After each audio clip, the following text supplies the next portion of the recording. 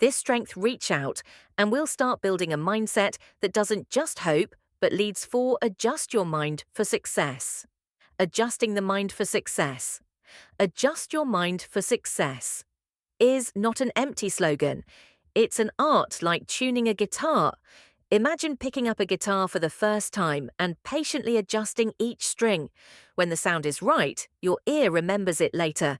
Even the slightest off note stands out immediately. The human mind is the same. Once you learn how to think positively, calmly, and proactively, any negative thought that slips in will be detected right away. Not because you're rigid, but because you've tuned your inner self so finely that it recognizes misalignment. More importantly, like a skilled musician who knows how to retune the guitar. After every mistake, you will also learn how to bring your mind back to balance awareness. Alone is not enough. Calm persistence in readjusting is key. Marcus Aurelius once wrote, "Your mind will be like its habitual thoughts, for the soul becomes dyed with the color of its thoughts." If you're not careful, small negative bits will settle onto your mind like thin dust, seemingly harmless, but over time they cloud everything. Vera Wang didn't start out as a famed designer. She once dreamed of becoming a figure skater and spent years training hard. But at 20, her Olympic dream collapsed when she failed to qualify for the national team. The disappointment was so great that she thought she had failed completely, but Vera didn't let that define her. She moved into journalism, becoming a fashion editor at Vogue for nearly 2 decades at age 40. While preparing for her own wedding, she realized the bridal gown market lacked creativity. She decided to start from scratch learning design, opening her first boutique in New York. People doubted her starting that late. Could she succeed? Vera didn't let those questions derail her. She focused on every detail, every design, treating each dress as a statement of elegance and individuality.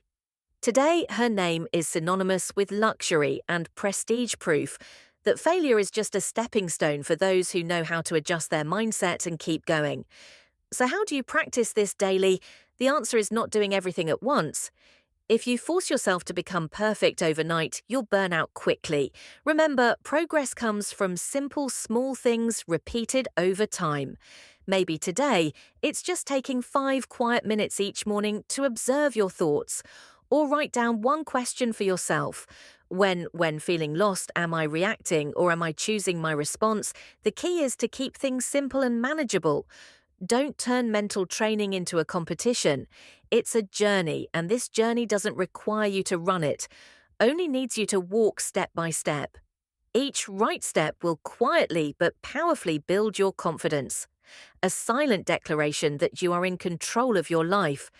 And then when your mind becomes used to balance, you'll realize a profound truth. Failure is no longer a frightening enemy. It becomes a friend, a lesson, raw material for self.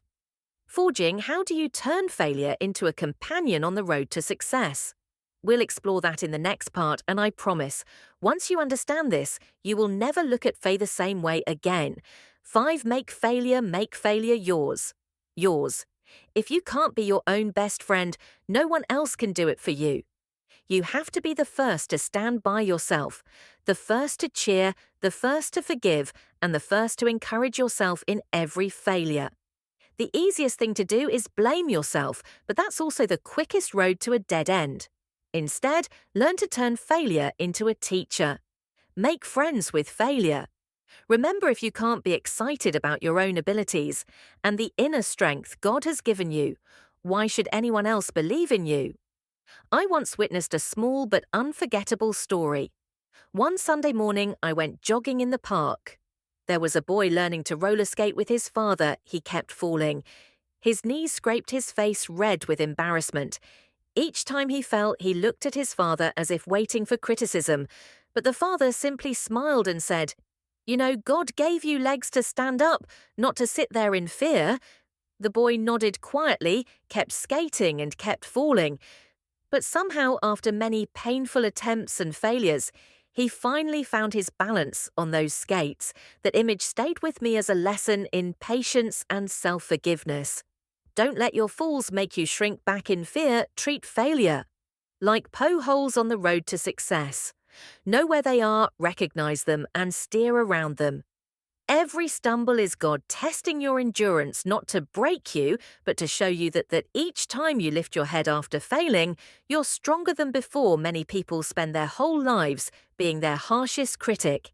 They pick apart every small mistake, punish themselves, and slowly lose their joy in living. The world already has enough critics. You don't need to join them. Be your biggest supporter. Be gentle but firm with yourself. When you make mistakes, own them, then move on if you upset someone. Apologize sincerely if you mess up. Make it right through action, but don't let those things become shackles. Marcus Aurelius once wrote, "We become what we think about. If your mind is filled with fear of failure, that fear will hold you back. But if you believe failure is just a stepping stone, every scar will become a mark of growth." God didn't create perfect people, but He gave us the ability to learn and rise after every fall. Are you willing to give yourself the chance to fail and move forward? Ask yourself that every morning. Remind yourself today, even if I fail, I will learn something. Life doesn't wait for perfection before allowing success. Life rewards those who dare to fall, dare to make it right, and dare to keep believing in themselves. Don't be timid. Don't worry too much about upsetting others when you're trying your best. The only ones you must not disappoint are yourself and God, who planted the seed of resilience in you. Your job is to nurture it, even in storms. 6. Start thinking like a winner. You can't control everything. Start thinking like a winner happens in life, but you have full control over how you respond. This is what separates winners from those who stay stuck in a cycle of failure.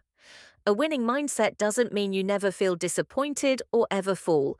It means that when negative thoughts come, you know how to face them, manage them, and turn them into fuel to move forward. Everyone has moments of self-doubt. Even the greatest individuals have wrestled with insecurity. Look at the story of Michael Jordan, one of the greatest athletes in history. In high school, Jordan was cut from the basketball team. Imagine that moment, a teenager full of desire forced to face heavy failure. He could have accepted defeat, told himself he wasn't good enough, and given up, but he didn't. Jordan didn't let failure define him. He used that frustration and pain to sharpen himself. He woke up earlier, trained harder, and constantly improved his skills. The rest is history. This is the key lesson: you become what you think about most. If you keep telling yourself you're not good enough, you'll never go far. If you let difficulties drown you, you'll stay stuck. But if you see challenges as opportunities to grow, you'll realize that any obstacle can become a springboard to rise higher. Our brain tends to focus on the negative. That's a survival instinct. When faced with a tough situation, your natural reaction might be anxiety, doubt, or even the desire to quit. But you have a choice. You can let yourself drown in fear, or you can take control of your thoughts and direct them in the most beneficial way.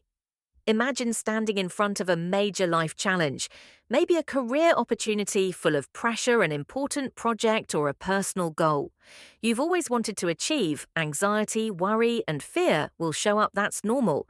But what matters most is what happens next. Will you let those emotions hold you back, or will you use them as fuel to break through? Remember, a winning mindset is not blind optimism. It's deliberate practice to always find a way through adversity. It's persistence. Even when every part of you wants to quit, when you learn to control your thoughts, you stop being a victim of circumstance. You become the master of your fate. There will be days when you feel exhausted, discouraged, and disappointed, but that doesn't matter. What matters is not letting yourself get trapped in those emotions. Don't let them define you. Use them to push yourself forward. You have a choice: either live a life dominated by fear and procrastination, or challenge yourself. Step up and take control of the game. Don't let negative thoughts control you. Starting today, train your winning mindset. Think like a winner, act like a winner, and one day you'll become a true winner. If you found this video helpful, Please leave a comment and share your thoughts. Also, remember to like and subscribe so you won't miss future content on Stoicism and the success mindset. Thanks for watching. 7. Write down the things you are grateful for every. Write down the things you are grateful for every day. If you don't write down the things you're grateful for each day, you'll forget them. I have experienced this and realized that human memory is short and easily dominated by negative emotions.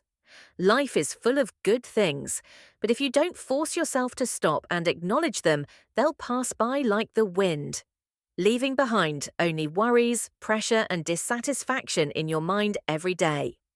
I spend a few minutes sitting down with my small notebook. I write down even the smallest things. A kind message from an old friend, a hot cup of coffee in the morning, or a peaceful moment of silence after a noisy day. And the strange thing is, if I don't do this, I'll forget those small moments ever happened, not because they weren't important, but because my mind, like all of ours, naturally drifts toward the negative. Epictetus once said he is a wise man who does not grieve.